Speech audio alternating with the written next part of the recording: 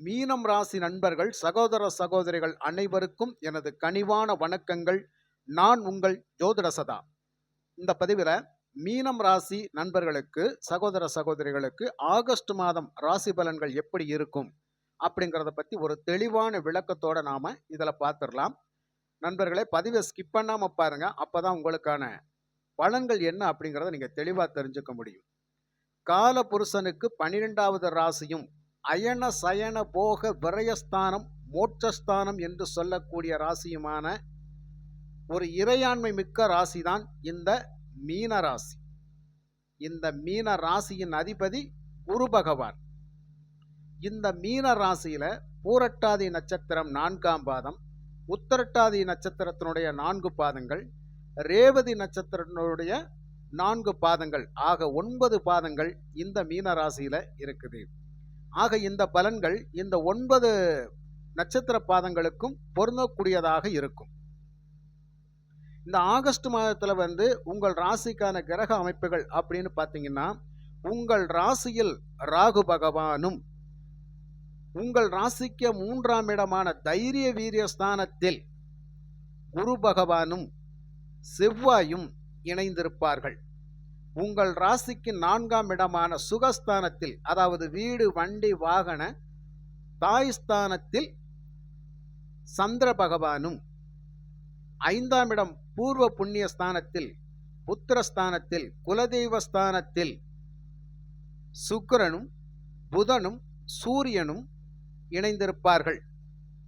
உங்கள் ராசிக்கு 7ஆம் இடம் களத்திரஸ்தானத்தில் நண்பர்கள் கூட்டாளிகள் ஸ்தானத்தில் கேது பகவான் இருப்பார்.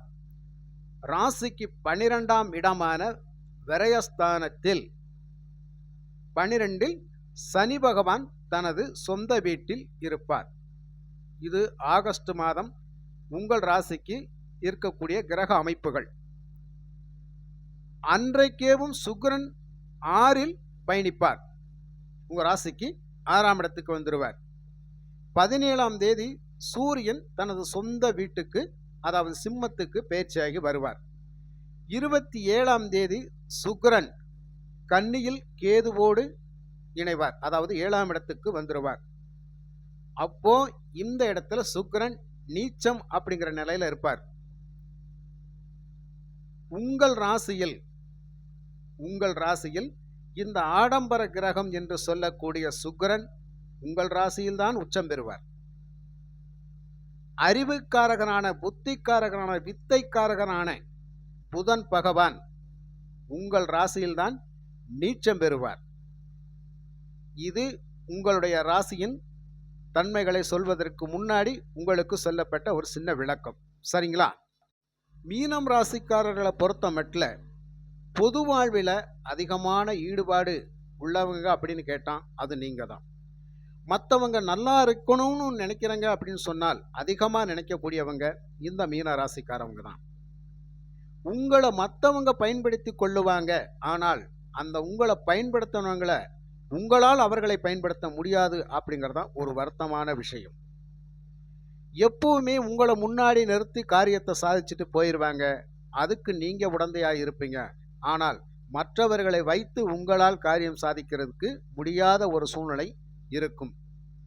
அறிவு ஜீவிகள் தான், புத்திமான்கள் தான், நீதி நெறிமுறைகளுக்கு கட்டுப்பட்டவர்கள் தான் இந்த மீனராசிக்காரர்கள் என்றாலும் தன்னை உணரும் பொழுது நம்மை விட மற்றவர்களே சிறந்தவர்கள், அவர்களுக்கு உதவி செய்வோம் அப்படிங்கிற ஒரு எண்ணம் உங்ககிட்ட அதிகமாக வர்றதுனால தான் இந்த கருணை குணம், இரக்க குணம், அதாவது எதையுமே விட்டு கொடுத்து போகக்கூடிய குணம், எல்லாரையுமே அனுசரித்து போகக்கூடிய குணம் எல்லாமே இயல்பாகவே உங்ககிட்ட இருக்கும்.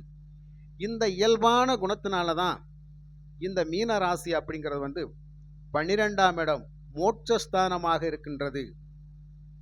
12ஆம் இடம் மோட்சஸ்தானமாக இருக்கின்றது. மோட்சம் அப்படிங்கிறது ஒரு நல்ல நிலையில இறைவனுடைய பாதங்களை பற்றக்கூடிய இடமாக இந்த 12ஆம் ராசி இருக்கிறது. அப்பேற்பட்ட ராசியில பிறந்த உங்களை நீங்க உணர்கின்ற பொழுது ஆன்மீகத்துல அதிகமான ஈடுபாடு உங்களுக்கு ஆட்டோமேட்டிக்கா வந்துடும். அப்ப இறைபக்தி உங்களுக்கு அதிகமாக இருக்கும். எது எப்படி வேணாலும் இருக்கட்டும், கடவுள் தான் நமக்கு துணை அப்படிங்கிற ஒரு எண்ணம் உங்ககிட்ட ஆட்டோமேட்டிக்காக வந்துடும். ஏன்னா ஆன்மீக கிரகம் குரு பகவான், ஆசிரியர்கள் தன்மையை சொல்லக்கூடிய கிரகம் குரு பகவான், நீதி நெறிகளை கற்பிக்கின்ற கிரகம் குரு பகவான், ஒழுக்க நெறிகளை கற்பித்துக் கொடுக்கின்ற கிரகம் குரு பகவான். இப்படித்தான் வாழ்க்கையை வாழ வேண்டும் என்று மற்றவர்களுக்கு போதிக்கக்கூடிய ஒரு தன்மையை கொடுக்கக்கூடிய குரு பகவானுடைய ராசியில பிறந்தவங்க தான் இந்த மீனராசி நண்பர்கள். அது நீங்க தான். எப்பவுமே நீங்க ஏமாந்துட்டதா மற்றவங்க நினைச்சுக்கிட்டு இருப்பாங்க, மீனராசிக்காரவங்களை ஏமாத்திட்டோம் அப்படின்னு சொல்லி. ஆனா இந்த இடத்துல அவங்க ஏமாந்துட்டாங்க அப்படிங்கிறத அவங்க உணரக்கூடிய தருணம் ரொம்ப தூரமா இருக்காது, ரொம்ப நேரமும் ஆகாது. அடுத்த நிமிஷமே அவங்களுக்கு அந்த பாதகங்கள் வந்துவிடும். ஆக மீனராசிக்காரர்களை ஒருவர் ஏமாற்ற நினைத்தால் அதனுடைய விளைவு அப்படிங்கிறது சொல்ல முடியாது.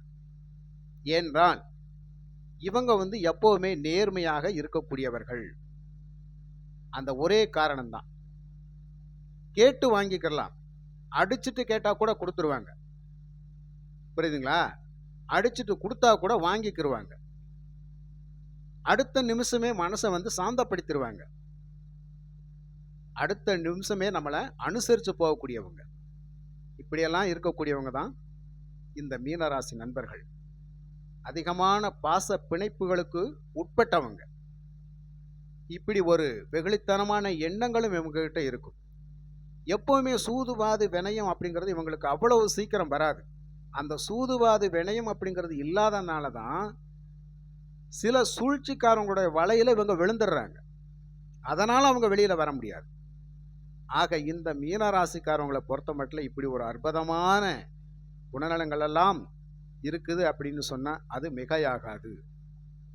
அதனால தான் காலபுருஷனின் 12வது ராசி அயன சயன போக விரயஸ்தானம் என்று சொல்லக்கூடிய ராசி, மோட்சஸ்தானம் என்று சொல்லக்கூடிய ராசி. அயனம் என்றால் பயணம், வெளிநாடுகள் தொடர்பு, வெளி மாநில தொடர்பு, வெளி ஊர்களுடைய தொடர்பு. புரியுதுங்களா? அந்த பயணங்களை குறிக்கக்கூடியது அயனம். சயனம் என்றால் நிம்மதியாக உறங்கக்கூடிய ஒரு இடத்தை குறிக்கக்கூடிய இடம் 12ஆம் வீடு. போகம் என்றால் கணவன் மனைவி சந்தோஷமாக இருக்கக்கூடிய அந்த கட்டில் சுகத்தை குறிக்கக்கூடிய இடமும் இந்த 12ஆம் ராசியான மீன ராசி தான். கால புருஷனுக்கு 12வது ராசி மீன ராசி தான். ஆக இந்த 12ஆம் இடம் பாதிக்கப்பட்டால் அந்த ஜாதகருக்கு நிறைய பிரச்சனைகள் இருக்கும் அப்படிங்கிறத நாம தெளிவாக சொல்லிடலாம். அப்பேற்பட்ட ராசி தான் இந்த மீன ராசி. இப்படிப்பட்ட மீன ராசிக்கு இந்த ஆகஸ்ட் மாத பலன்கள் எப்படி இருக்கும் அப்படிங்கிறத கொஞ்சம் தெளிவாக பார்த்துக்கலாம். சரிங்களா? இப்போ ராசிக்கு 3ல் குரு பகவான். உங்கள் ராசியாதிபதியே 3ல் மறையலாமா? ராசிக்கு 10ஆம் அதிபதி 3ல் மறையலாமா?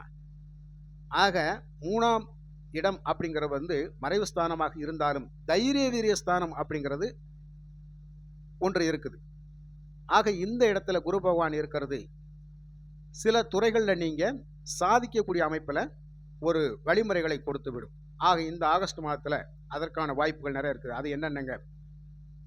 பத்திரப்பதிவு துறையில் இருக்கிறவங்க, டாக்குமெண்ட் சம்பந்தப்பட்ட விஷயங்கள் இருக்கிறவங்க, பண பரிமாற்றத்தில் இருக்கிறவங்க,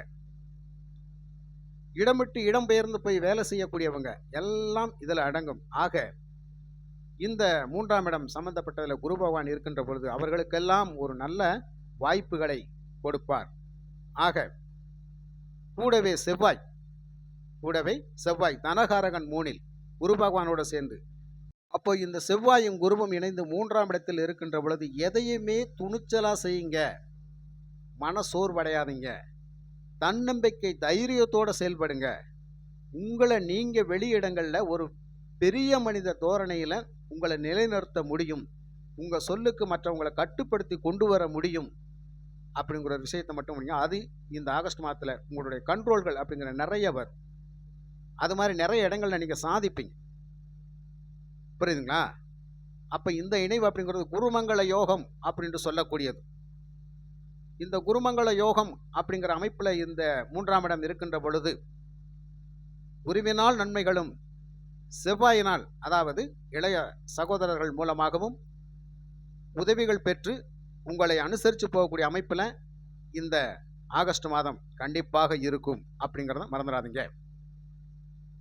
9ஆம் வீடு அப்படிங்கிற தந்தை ஸ்தானத்தினுடைய அதிபதி இந்த குரு பகவானோடு சேர்ந்து இருக்கிறார் அப்படின்னா கண்டிப்பாக இந்த நேரங்களில் இந்த மீனராசி நண்பர்கள் வெளிநாடு வேலை வாய்ப்புகளுக்காக நீங்கள் போகணும்னு நினச்சிங்கன்னா கண்டிப்பாக அந்த முயற்சி உங்களுக்கு கை கொடுக்கும். வெளிநாட்டு தொடர்புகள், வேலை வாய்ப்புகள், அத்தனை விஷயங்களும் கண்டிப்பாக உங்களுக்கு கை கொடுக்கும். அதே மாதிரி ஆன்மீக சம்பந்தப்பட்ட விஷயங்கள் கண்டிப்பாக ஈடுபடுவீங்க. புரியுதுங்களா? அதனால் பாக்கியஸ்தானத்தினுடைய அதிபதி 3ல் இருக்கின்ற பொழுது குருபகவானோட சேர்ந்து இருக்கின்ற பொழுது அதீதமான நன்மையான பலன்களை கொடுக்கும். உங்கள் ராசியிலே ராகு பகவான் இருக்கிறாரு. உங்களுக்கு 7வது சனி அப்படிங்கிற ஒரு அமைப்பு வேற இருக்குது. அதே மாதிரி உங்கள் ராசிக்கு இப்போ 12ஆம் இடத்துல தான் சனி பகவான் விரையாதிபதி வலுவுடன் இருக்கிறார் அப்படிங்கிற விஷயத்தையும் நீங்கள் நல்லா புரிஞ்சுக்கிறணும். இந்த நேரங்களில் கண்டிப்பாக யாருக்கும் ஜாமீன் கொடுப்பதோ, ஜாமீன் போடுவதோ, வாக்கு கொடுப்பதோ, பணம் சம்பந்தப்பட்ட விஷயங்களில் அவங்களுக்கு நான் பார்த்துக்கிறேன், நான் ஆச்சு அப்படின்னு சொல்லி நீங்கள் இறங்கி நிற்கிறதோ கூடவே கூடாது. வாக்கு விஷயங்களில் ரொம்ப ரொம்ப கவனமாக இருங்க. அதன் மூலமாக உங்களுக்கு பிரச்சனைகள் கண்டிப்பாக வரக்கூடிய அமைப்பில் இருக்கும். அதே மாதிரி வெளிவட்டார பழக்க வழக்கங்களில் நண்பர்கள் சம்பந்தப்பட்ட விஷயங்களில் கொஞ்சம் கவனமாக இருங்க. எதையுமே உடனே நம்பி எந்த ஒரு முதலீடும் பண்ணிடாதீங்க. கூட்டு தொழில் செய்கிறேன், அதை செய்கிறேன், இதை செய்கிறேன்னு சொல்லி அந்த விஷயங்களில் சிக்கி மாட்டிக்கிறாதீங்க. புரியுதுங்களா? அதனால் இதெல்லாம் கொஞ்சம் நமக்கு எச்சரிக்கக்கூடிய விஷயங்கள் தான். எந்தெந்த விஷயத்தில் நம்ம கவனமாக இருக்கணும் அப்படின்னு சொல்லி. அதே மாதிரி தாயாருடைய உடல்நிலையில் கொஞ்சம் கவனம் செலுத்துங்க. கொஞ்சம் உடல்நிலை பாதிப்பான ஒரு அமைப்பில் இருக்கும். ஒரு சின்ன காய்ச்சல், தலைவலி அப்படின்னு சொல்லி அசால்ட்டாக விட்டுறக்கூடாது. ஆக சுகஸ்தானம் அப்படிங்கிற இடத்துல தாயினுடைய தன்மையை குறிக்கின்ற பொழுது கண்டிப்பாக உடல் ஆரோக்கிய விஷயங்களில் கொஞ்சம் கவனமாக இருங்க. புரியுதுங்களா? அதே மாதிரி இந்த ஆகஸ்ட் மாதத்தில் சுப விரயம், சுப செலவுகள் அப்படிங்கிறது கண்டிப்பாக தவிர்க்க முடியாத ஒன்றாக இருக்கும். அப்போ தேவையான செலவுகள் அப்படிங்கிறது அதிகமாக இருக்கும், வருமானங்கள் அப்படிங்கிறது குறைவாக இருக்கும். அப்போ வருமானத்தில் கொஞ்சம் பிரச்சனைகள் ஏற்படுத்தும் அப்படிங்கிறதான். வேலை செய்கிற இடங்களில் அதிகமான மன உளைச்சல், டென்ஷன் அப்படிங்கிறதெல்லாம் இருக்கும். மேல் அதிகாரிகளுடைய நெருக்கடிகள் அப்படிங்கிறது கொஞ்சம் இருக்கும். அதில் கொஞ்சம் பார்த்து கவனமாக நீங்கள் பொறுமையாக நிதானமாக போங்க. சரிங்களா? அதே மாதிரி வாகன போக்குவரத்துகளில் கொஞ்சம் கவனமாக இருங்க. ஏனென்றால் 7ரை சனி அப்படிங்கிற ஒரு விஷயத்தை முன்னிறுத்தி நம்ம பயப்படுத்தக்கூடாது. இருந்தாலும் சில விஷயங்களை கண்டிப்பாக கவனமாக இருக்க வேண்டும் அப்படிங்கிறது தான். சரிங்களா?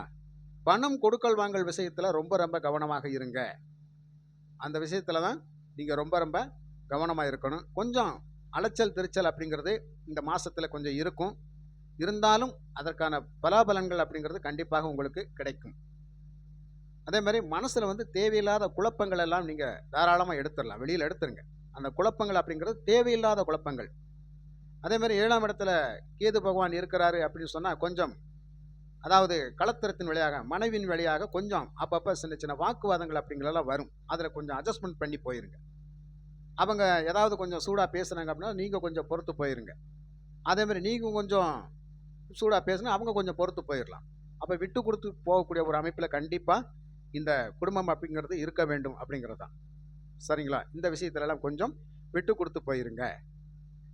ஆக எது எப்படி இருந்தாலும் மீனராசி நண்பர்களுக்கு இந்த ஆகஸ்ட் மாத பலன்கள் அப்படின்னு சொல்லக்கூடிய வகையில் பார்த்தீங்க அப்படின்னு சொன்னால் கண்டிப்பாக ஒரு 100%க்கு ஒரு 50%ஆவது நன்மை தரக்கூடிய வகையில் தான் இருக்கும்.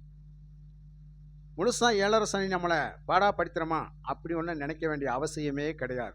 காரணம், இந்த 7ரை சனியின் காலத்தில் உங்களுக்கான அந்த சனீஸ்வர பகவானை முறையாக வழிபட்டு வந்துவிட்டால் எல்லா பிரச்சனையிலிருந்து நாம் வெளிவந்து விடலாம்.